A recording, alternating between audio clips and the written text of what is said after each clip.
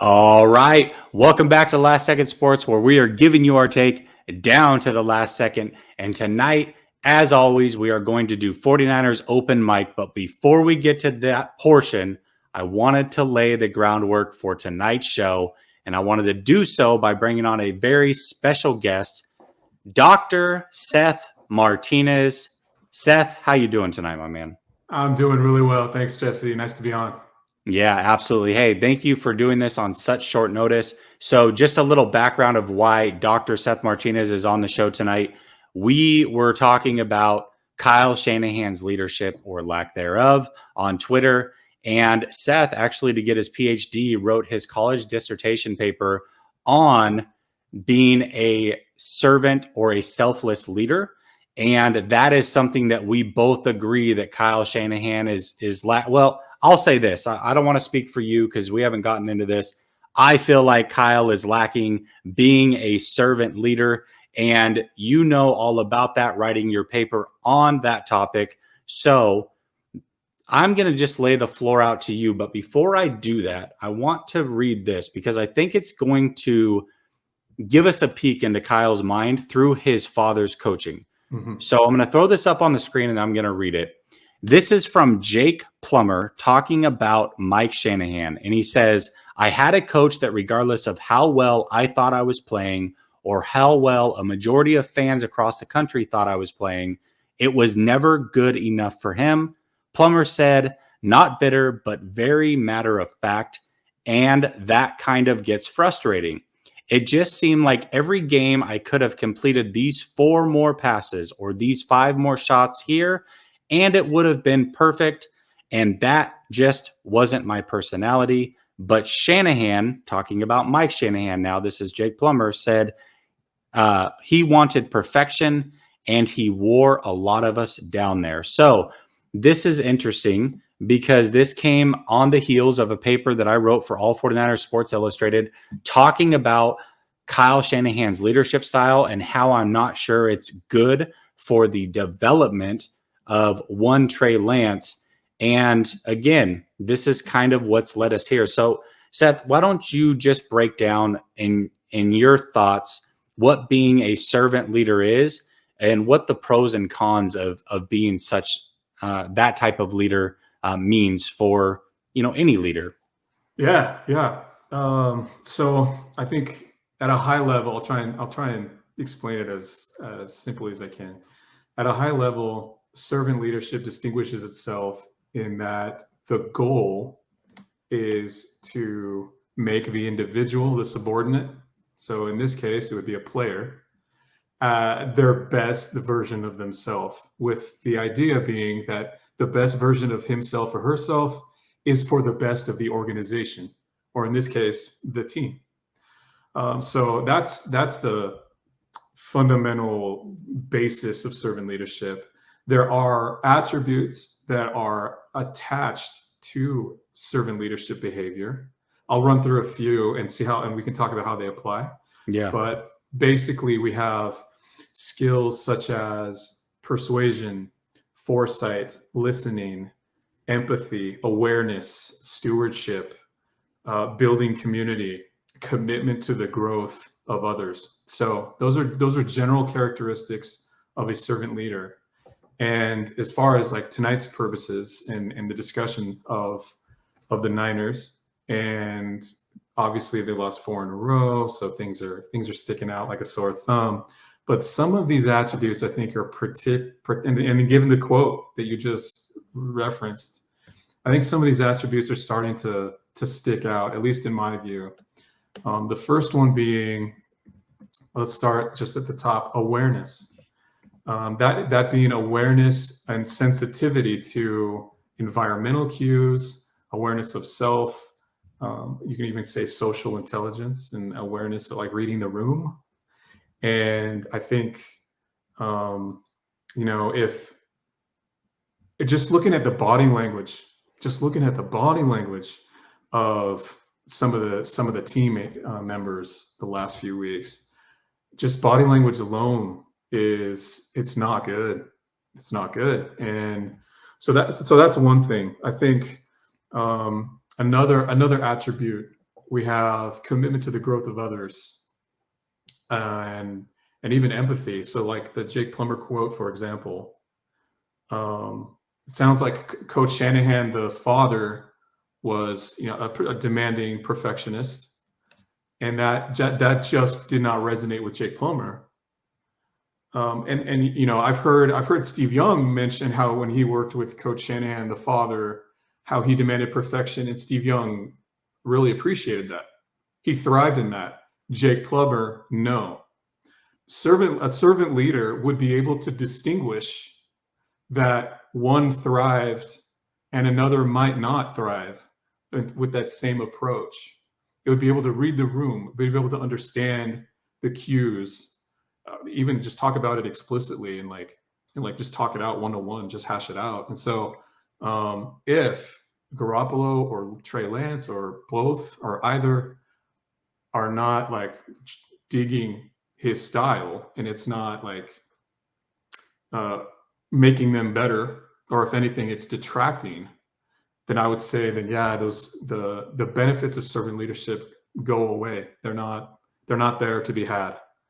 So those are just a couple attributes, and based on the things that I'm seeing and reading in the clippings and in Twitter, but yeah. So for starters, that's what I would say.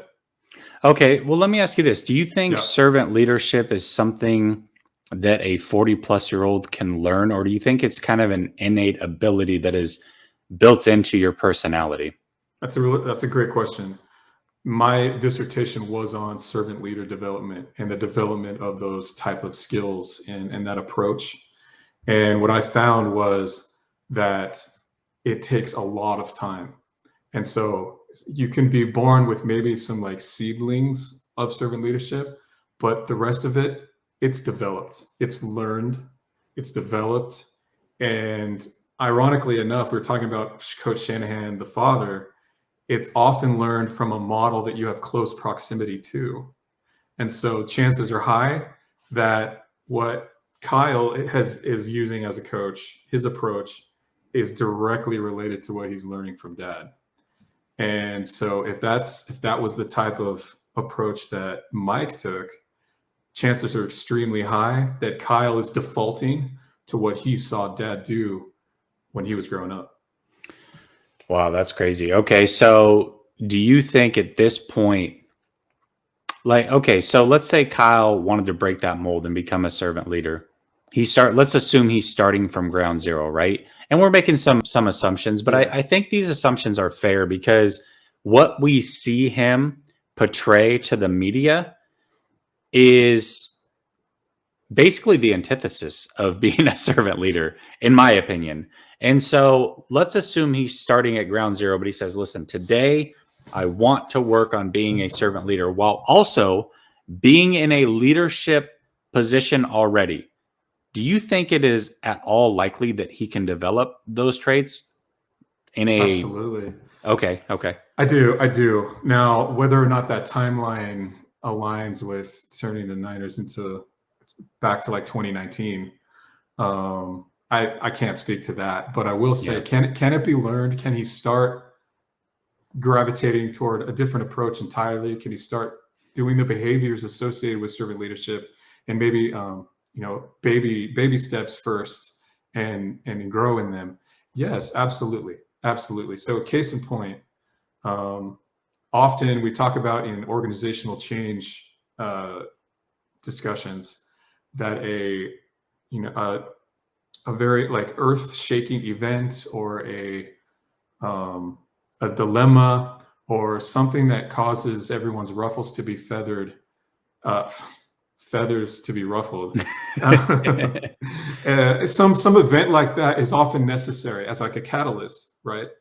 And so I think a perfect opportunity would be looking in the mirror when the team is 2-4 and with the trend that's not going in a positive direction by all signs. And so that catalyst event, it looks like we're in that right now. And so if he's able to take a look in the mirror, if he's able to say, and I'll use the wide receivers as an example because we have a Dante Pettis, we have currently we have Brandon Ayuk, And it seems to me, I could be wrong, but from from afar, it seems that the approach is tough love. The approach is you don't get playing time until you do what we want you to do. Or you might get playing time, but we're not going to throw the ball your way until you do what we got to do. Like, that seems a very consistent approach for that position. Perhaps that's not the best way to handle it. Perhaps there is a better way to handle it. I mean, what was it, last week or the week before? The couple balls that went Brandon Ayuk's way, he made some tough catches. Yeah, like 2 weeks ago. He was a 2 Yeah, weeks against ago. Arizona. Yeah, against Arizona. Yeah. And so we see it there. We see the ability there. And so the question that, in this case, Kyle would need to ask is, okay, perhaps this tactic is not ideal and it's not resonating, it's not jiving. Perhaps a tactic of something else that resonates better with Brandon, the dude. And meanwhile, we could still put him on the field and we could still throw the ball his way and hammer the point that I'm trying to hammer it home in a different way. Could be a better solution. And that would be a servant leader mentality. That would be, I would say, the beginnings of like a servant leader approach, that what's best for Brandon's development might be not the tactic that I would take. It might be some other thing. And I will try that other thing in hopes of getting the most out of Brandon and also to the benefit of the team. So that's just case in point. That's just an example of, the mentality would need to shift a little. Some certain tactics would need to shift a little. And it's not like this grandiose chasm that Kyle needs to get from here to there. I think there's little things that could happen. I do think that humility is an aspect of servant leadership.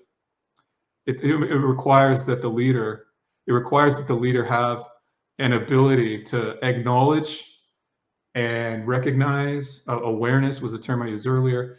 Humility is in all of these things. And so there has to be a recognition first. Is Kyle capable of it? I have no reason to believe he's not.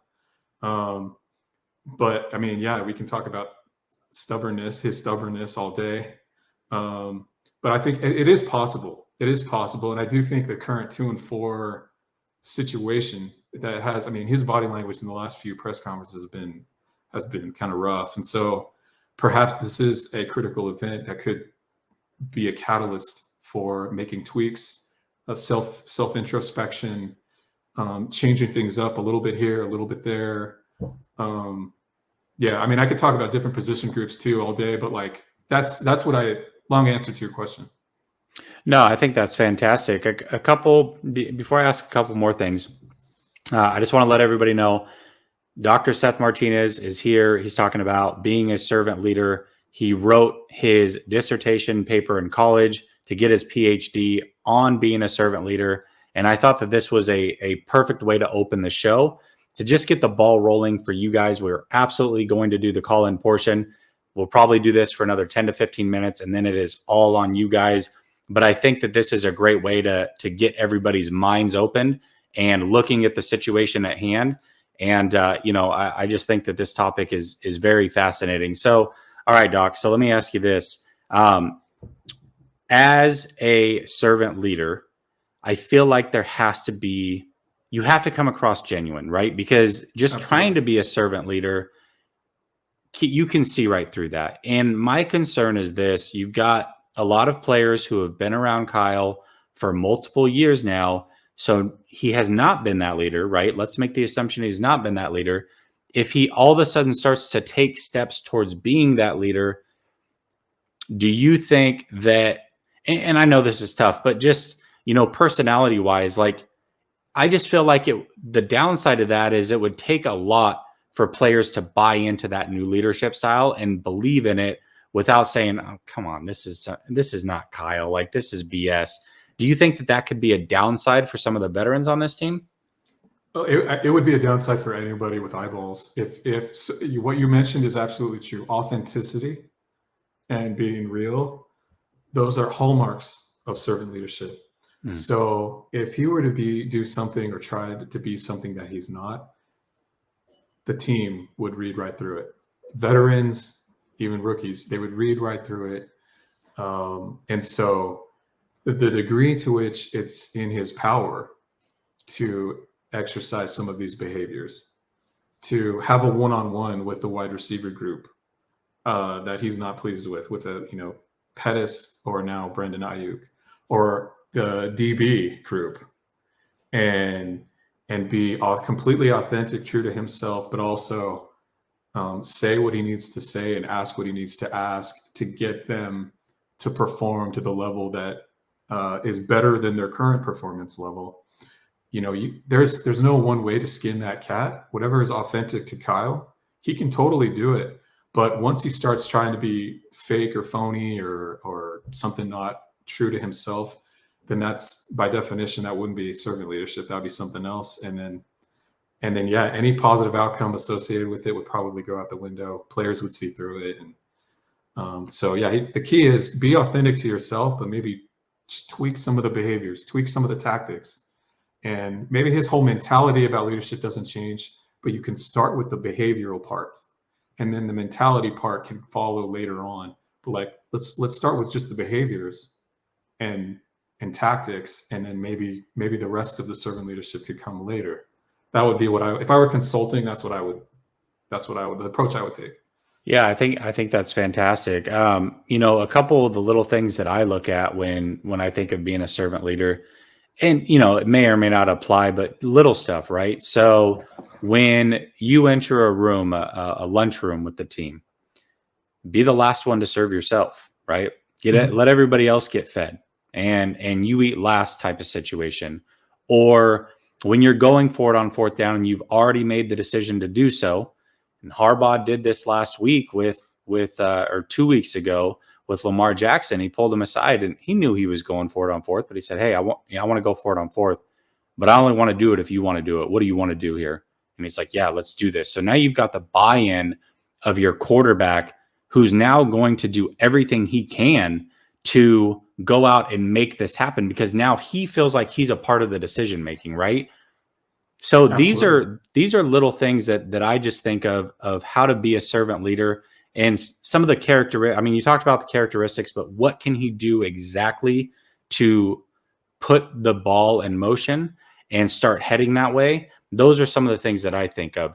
Okay, so what are some of the downsides to being a servant leader? Because no leadership style is perfect, right? And you've got to kind of be able to flow back and forth and be a bit of a chameleon, I would imagine, in a situation like this. Because to your point early on, maybe Jimmy doesn't thrive on this, but Trey does thrive on the way that Shanahan is now, right? And so you have to be able to move between the multiple styles. What is the downside of being a servant leader, in your opinion? So, a great question. So, in general, the research suggests that it, for lack of a better way of saying it, it can be too soft. It can be overly altruistic, and in a highly competitive environment, like in the Army, for example, or in a highly competitive environment like sports, professional sports, perhaps that type of a leadership approach would have less effect. That's a potential negative. But the thing is that with the positives that are associated with servant leadership, it's not a one size fits all. It truly, by definition, it truly is to the individual. And so while there are things that Kyle will have to do to the group or speak to the team or address the team, or there are things that he can do at the smaller levels, at the grouping level or the one-on-one, that could still be servant leader, but not like compromise and be a little too soft, we can say. But it does require rolling up the sleeves and doing it at that smaller level, and not just, you can't be a servant leader only preaching on the mountaintop. And so that's what I would say. That'd be one thing. But another thing that we haven't talked about yet is also empowering the intermediate leaders. So in this case, the coordinators and the position coaches. It could be empowering them, supporting them, demanding more from them. Some combination of getting the best out of them to help get the best out of the individual players on the team. So part of it is Kyle to the team, and part of it is, I think, also Kyle to the other coaches and the other staff. I think there's that too. There's humility. There's listening, and like you just mentioned, that dialogue between Harbaugh and Jackson. That, hey, what are you feeling here? You want to go for it? Then let's go for it. Like, there was a humility required, a listening required on Harbaugh's part there. And so taking that and applying it to Kyle, like maybe those type of behaviors with his coaching staff, with individual players, those are servant leader things, but those aren't too soft. I wouldn't think you wouldn't say Harbaugh was too soft right there because he didn't tell Jackson what to do. No, that was highly effective.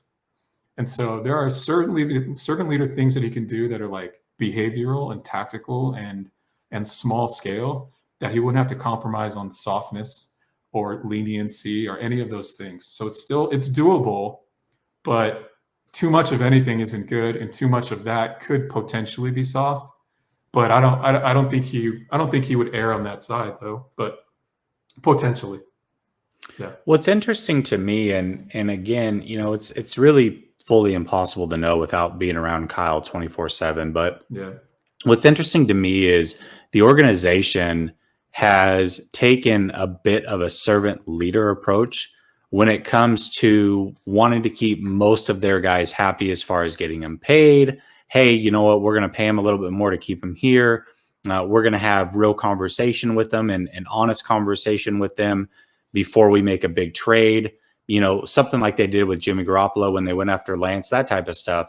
So it's interesting that the organization shows some flashes of being a servant leader, but then they kind of switch it up and they've got a passive aggressiveness where they are afraid to call out one individual in a one-on-one conversation. And so they'll say, this position group isn't performing. You're going, well, hold on. I'm looking at that position group and I'm saying this guy, and this guy are performing.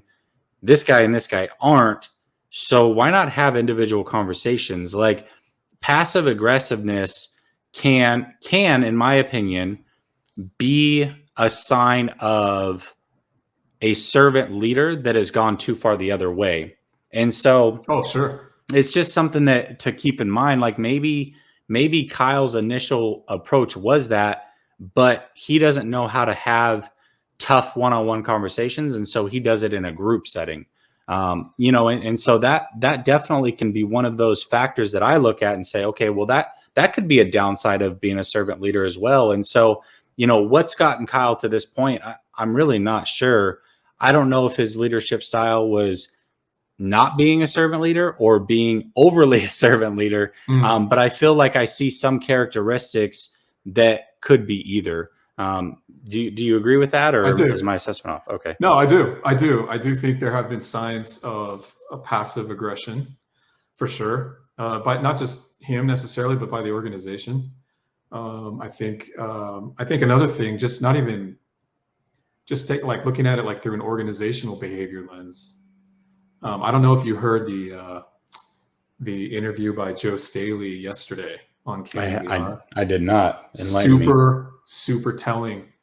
The topic of leadership came up and amongst players, and he mentioned, and this stuff that I had been thinking, Joe Staley basically verified. He said when he had made the decision that he was going to retire, he immediately called Buckner and said, I've made the decision. I'm leaving. I'm passing the baton as a team leader. I'm passing it to you, because DeForest Buckner was a strong leader of the team. And Buckner told him, they just told me that in a few days it's going to be announced, but I'm going to be traded. And Joe Staley mentioned how shocked he was because of the leadership that DeForest Buckner brought to the team. And so he mentioned that. He also mentioned Frank Gore, how in the past Frank Gore would rip teammates for not doing their jobs when they're watching film. And that brought me to be thinking about, like, look at who they've lost. Buckner, Richard Sherman. And what is the one position group right now that the accountability seems like, is there any accountability? They just keep doing the same thing on long passes. And Richard Sherman is gone from that room. Raheem Mostert is not in the running back room on a weekly basis. Joe Staley's not on the O-line in the O-line room. These leaders amongst players that provided leadership in some way, shape, or form, like stability, and held each other accountable. Because to do that to a 54-man team, it can't just be Kyle. It starts with Kyle, but it can't just be one person. And so when Joe was talking about these aspects of player leadership that are now gone, it totally resonated with me. Like, as an organizational behavior level, yeah, there's aspects of Kyle. I'm sure the coaches and the coordinators can do better. We could talk about the general management, but at the player level, there's a lot of leaders of the team that are not there, that even though they want, 2019 vibes, well, but the 2019 player leaders aren't there. Staley, Sherman, Buckner, and then some of those that are still there are injured, are on IR, and aren't there on a day-to-day basis. And so I think there's leadership issues just kind of systemically. That's my opinion. And I think that's reflecting in just a lot of the mistakes and the mistakes that we see play to play, third down to third down, repetition of mistakes, like false starts by Brunskill, or some error by Brunskill, or some holding on some DB. Like, it's the same stuff by the same people over and over. To me, that speaks to a systemic issue. Yeah, it starts with Kyle, but I do think it's a systemic deal. I do. Yeah, absolutely. And I think you bring up a good point in losing all those guys. And, I'm in a leadership position in what I do for work as well. And one of the things that I always like to do, and I've learned this over time, is you have to have a coalition of guys, right? You have everybody on your team, Champions. Right. But you have your champions or this coalition of guys that you really can go to. So anytime you got something new that you want to roll out that you're not sure how the team's going to perceive it, you go to those guys and you say, hey, here's what I'm thinking. Where am I going right in my thought process? Where am I going wrong? What is your input? Now I need your buy-in, and I need you to make sure that the team has buy-in. So I'm going to roll this out to the team, but I need you to be there in those closed door conversations saying, hey, this is the right move. Here's why it's the right move. And I just need you to keep that ship steering in the right direction. And to your point, losing guys like Sherman and Buckner and Staley, they've replaced them with good players, right? That is not the issue. Mm-hmm. But a good player is not necessarily a good leader. A good offensive coordinator like Kyle is not necessarily a good head coach. There's different levels to this, and there's a different mentality that comes with leadership. And the person that is the highest within an organization is not always the best leader either. Sometimes it is the lowest person on the totem pole that is actually the best leader. Absolutely. And for whatever reason, they don't care to get up and climb the totem pole, or they just are in a different role and that role suits them best, but they are the best leader. Mm-hmm. And so I say all of that to basically say that I think you talking about all of those players now not being in the locker room, that to me is the bigger issue. And I think that that's where the miscalculation came from, whether it was Shanahan or Lynch or, both. That's where the miscalculation comes from. That right there, I think, is a great way to end it, because to me, that is why this team doesn't have real 2019 vibes. Mm-hmm. It's because they don't have that leadership, and it's something that they're unable to rely on. And another guy that I'm going to mention is Robert Saleh. I feel like he had that leadership as well. So